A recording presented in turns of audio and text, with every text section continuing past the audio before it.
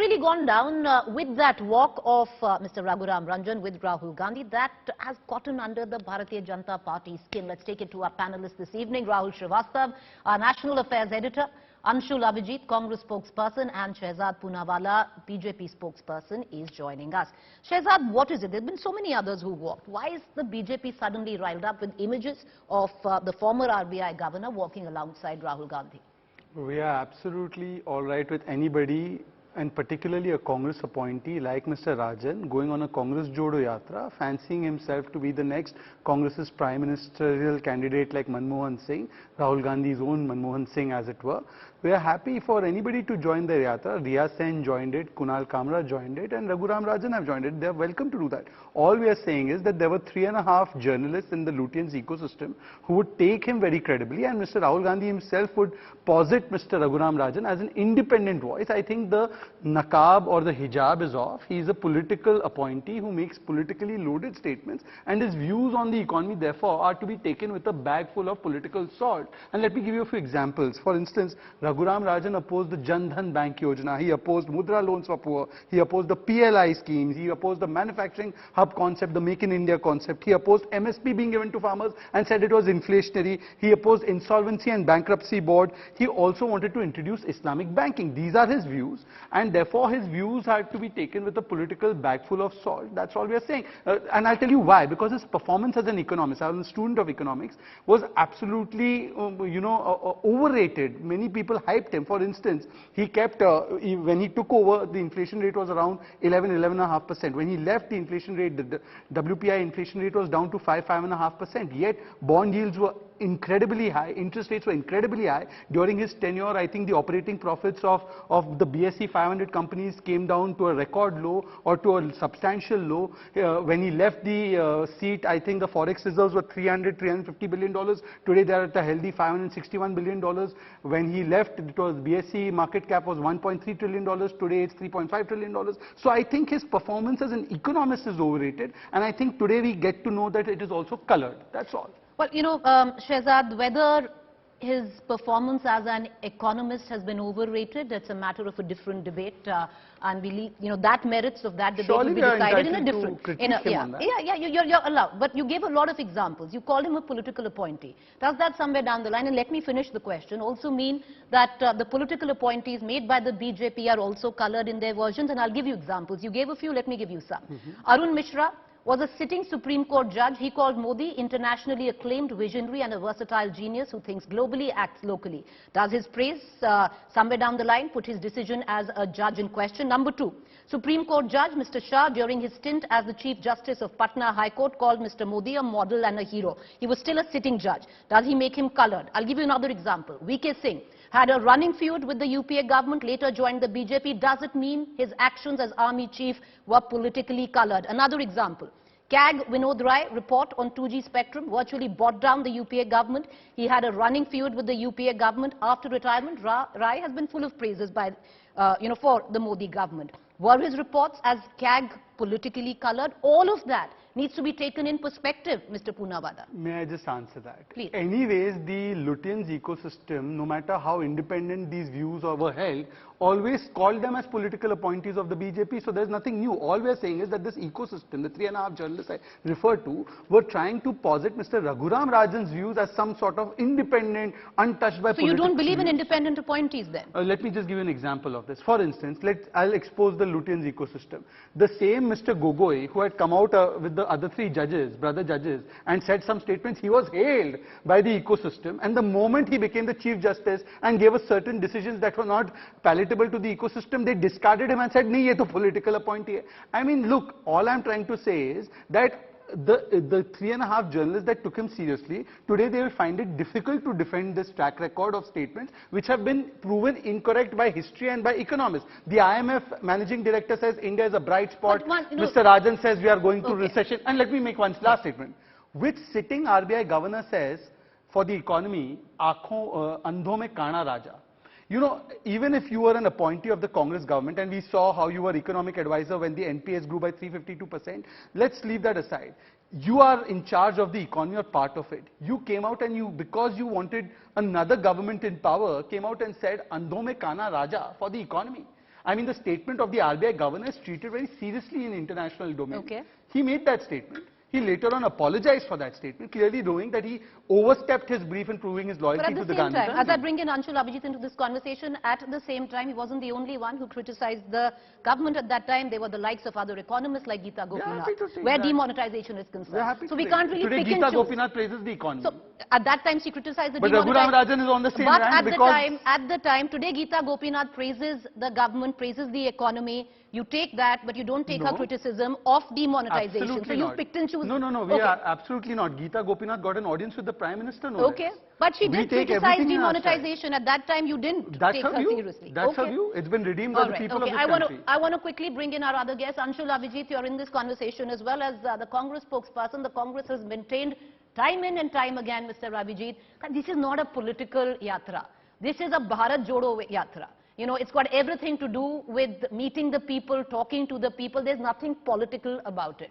What has gone down in the last 48 hours is also, Mr. Abhijit, you have the former RBI governor being interviewed by Rahul Gandhi, talking about the economy, which is highly political in nature. You know, Preeti, if it takes an eminent economist to make the Bharat Jodo Yatra into the 9 o'clock news, I'm sure we're going to get many more of them. They're all invited, and I'm sure many more will going to join in.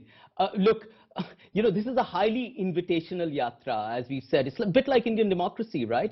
Everyone is invited to partake. Even critics of the Congress can join in. We've said time and again. It has a singular, discernible purpose, which is, it's not just a yatra. We're just not walking along from Kanyakumari to Kashmir. It's a pledge. It's an affirmation. It's about embracing your sort of fraternal history. It's about discarding hate. It's about having certain intellectuals to give you political and intellectual heft, which is the reincarnation of Mr. Rahul Gandhi.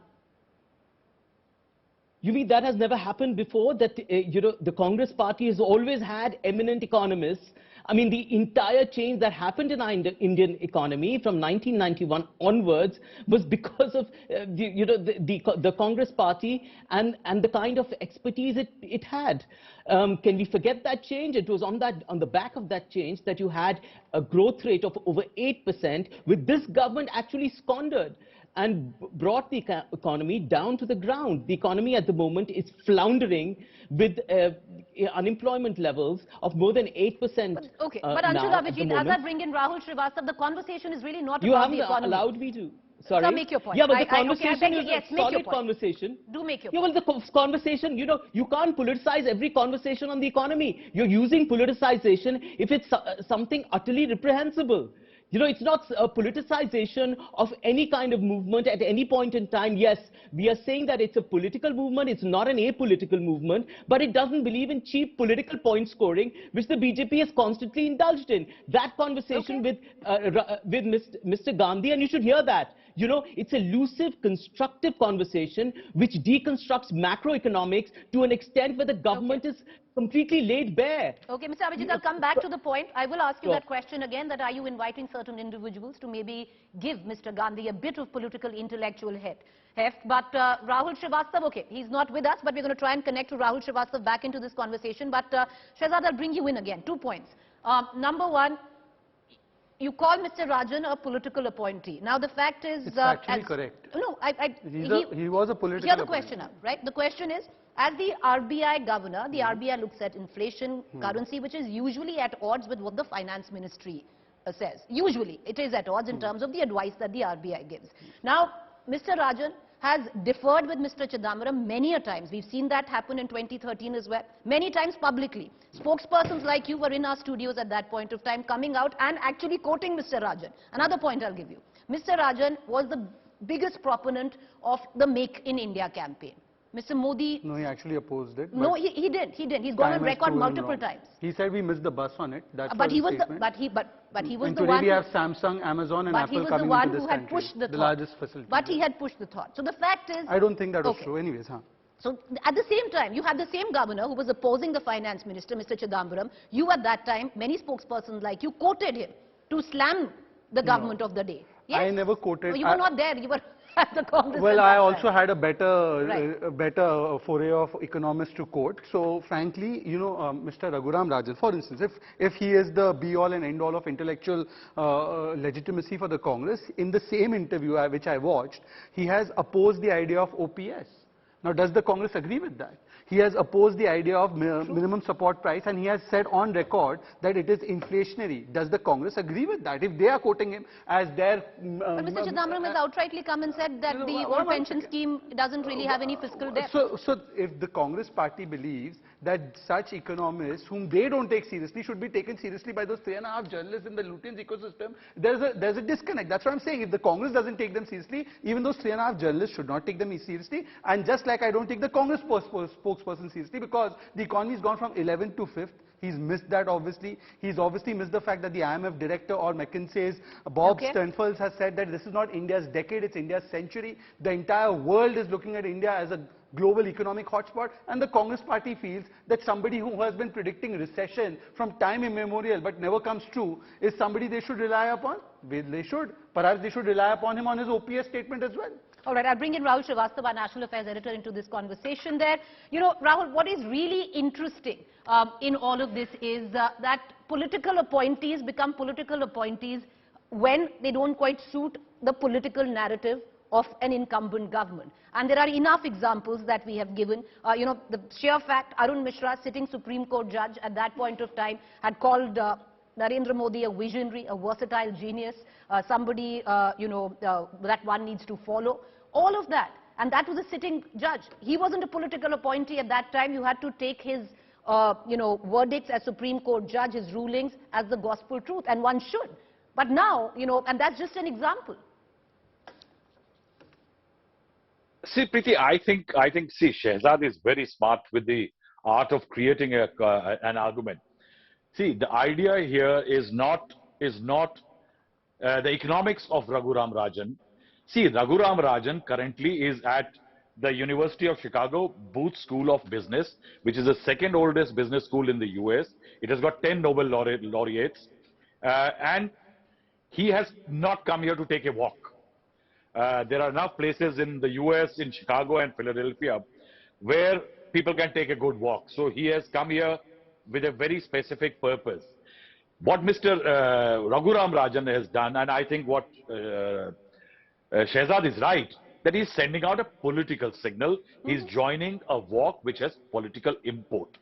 That interview is not an interview. It is an attempt by the Congress party to showcase a known economist to build an argument and a narrative against the BJP. The BJP is right now attacking him because it's fine. You have to attack Rahul Gandhi's Bharat Jodo Yatra. Rahul Srivastava, the fact that the BJP is attacking him is very clear that he's gotten under the skin of the BJP, which is also clear that he matters more than just to the 3.5 journalists that Shehzad has been quoting in this debate. The fact that Shehzad is here today and talking about Mr. Rajan goes in, pretty much gives credence to that. Go ahead. See, I think the idea is to keep a narrative against Bharat Jodo, and that is why continuously attack Mr. Raghuram Rajan. Now, Preeti, you have been a reporter very long. You know that an Aam Aadmi reporter is covering Aam Aadmi Party or BJP. The Congress guys don't give them interviews. So similarly, an economist who is not already politically colored does not become first what Mr. Raghuram Rajan. People only remember that he was the RBI governor. There is more to Mr. Raghuram Rajan's history with the UPA. It was in 2008, he was the honorary economic advisor to Manmohan Singh. In 2012, he became the chief economic advisor to the Ministry of Finance. He gave the economic survey in 2012 and 13. Interestingly, at that time, Mr. Raghuram Rajan was against a whole lot of things, as Shehzad is saying, that he was against even the food security program, that food for all program, because he said that fiscal deficit was rather too high. He was against several things, but that's a good economist. He predicted the slide as far as the global crisis, economic crisis in 2007, 2008 proved him right. The point here is that most of the people like Raghuram Rajan, Arvind Subramaniam, Arvind Panagraha, a lot of these people are great minds, but they're also ambitious people. And what is wrong with an ambition? True. Remember that when Mr. Raghuram Rajan went out of India, it was that what was happening? There was a lot of acrimony, so much so that Mr. Raghuram Rajan wanted to have a cabinet rank. The government refused to him at that time in 2016, claiming that how can he get a cabinet rank when he's reporting to a cabinet minister, the finance minister. So Right. all these acrimonies are aimed at Rahul Gandhi more than Raghuram Rajan. I think the only person who should be worried should be Mr. Chidambaram, that what will happen to him in case a Raghuram Rajan is there. Well, you're right there. You're right. But strangely, Mr. Chidambaram has come out all guns blazing, supporting Mr. Rajan. And where it comes down to the issue of opium, Mr. Chidambaram has also come out and criticized the government, Congress government in Himachal Pradesh's scheme of promising the old pension scheme back to the people of Himachal. But if we do have Anshul Avijit with us, I want to go back to him. Okay, we don't quite have him. May I just Yeah, have one go line? ahead. Look, Preeti, I have no problem with Mr. Raghuram Rajan leaving the streets of Chicago and walking the political streets of India with Rahul Gandhi. खुल के आओ मैदान में कोई समस्या नहीं है. But what I have a problem with is that he is marketed as the greatest independent economic mind in this country, whereas I have a problem with the kind of monetary policy. But that can be subjective, no? Please let me Yeah, complete. complete, but if that can be subjective is all I'm saying. Let me just have a view. I am saying that I totally disagree, and whether I was in A party or B party, with his monetary policy as he ran between 2013 and 16, it ruined us. It helped us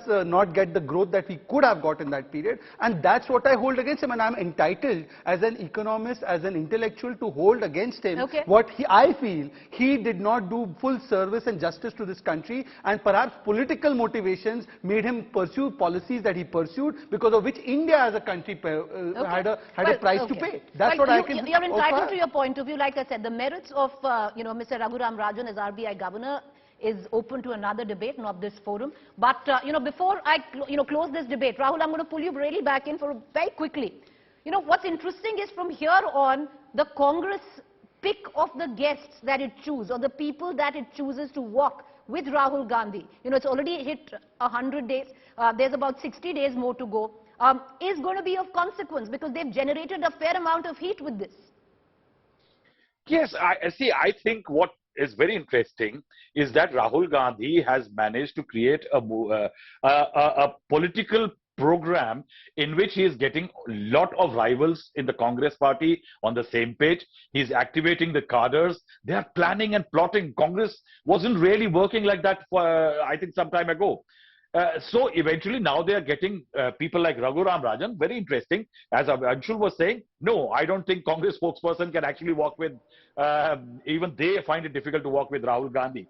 The fact is that it suits the BJP also. The BJP wants a Congress narrative to be challenged constantly. Otherwise, they could be asking Mr. Rajan that he should be happy, because he wrote to the estimates committee blaming the UPA government in 2000, 2006 and 8 for creating the NPAs.